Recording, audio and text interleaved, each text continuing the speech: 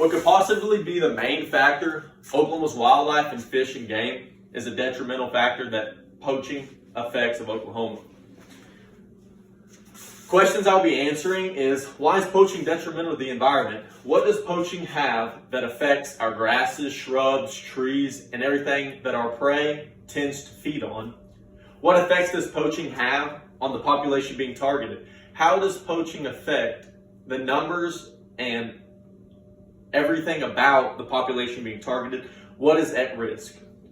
What are the consequences of performing these illegal actions? What is going to happen to you as a civilian if you perform poaching, and what is going to be the risk you take? Effects of poaching on the environment I've narrowed down into 3 categories: vegetation overgrowth, disruption of the food chain, and the uncontrollability of adaptation. Vegetation overgrowth refers to how these grasses, shrubs, trees, and everything grows because we don't have the prey to feed on that. That meaning said, if everything overgrows, our predators will not know how to perform as these are overgrowing and everything, so we're going to have to use chemicals to maintain those. The disruption of the food chain states that with our prey losing numbers and becoming very scarce, that our predators possibly become extinct too. And the uncontrollability of adaptation means our scientists are not going to know how these animals will adapt to the new environment, if so vegetation overgrows, or that our predators do not have enough to feed on. The next point is the population being poached. How are they being affected? Extinction of the population, movement of predators, and low data for scientists is what I've narrowed it down to. The extinction of the population meaning that if a population such as whitetail are being poached, how are the numbers going to degrade and degrade and degrade, meaning they will slowly lessen over the time, and we will not have that population anymore.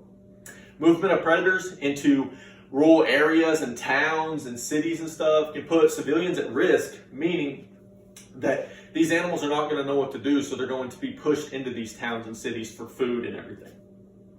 The lower data for scientists, meaning that we will not know what is the next move for that population of game.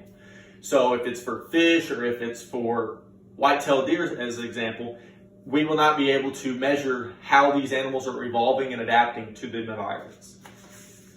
Lastly, the consequences of poaching. What is going to happen once you commit this action?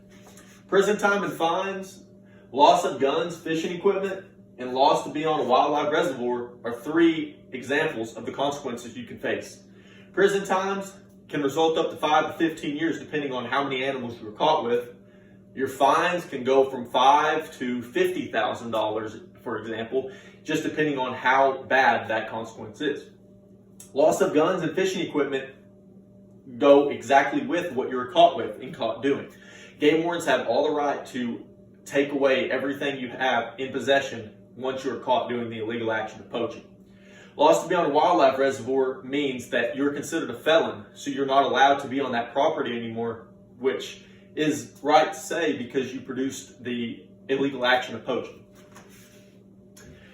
My conclusion is, who would have known that poaching could be the main factor we can't enjoy our fish and wildlife like we used to in Oklahoma. Poaching is the most detrimental factor on game and wildlife, fish, everything an animal has to produce in Oklahoma. Poaching is the main reason we can't enjoy those today. Thank you.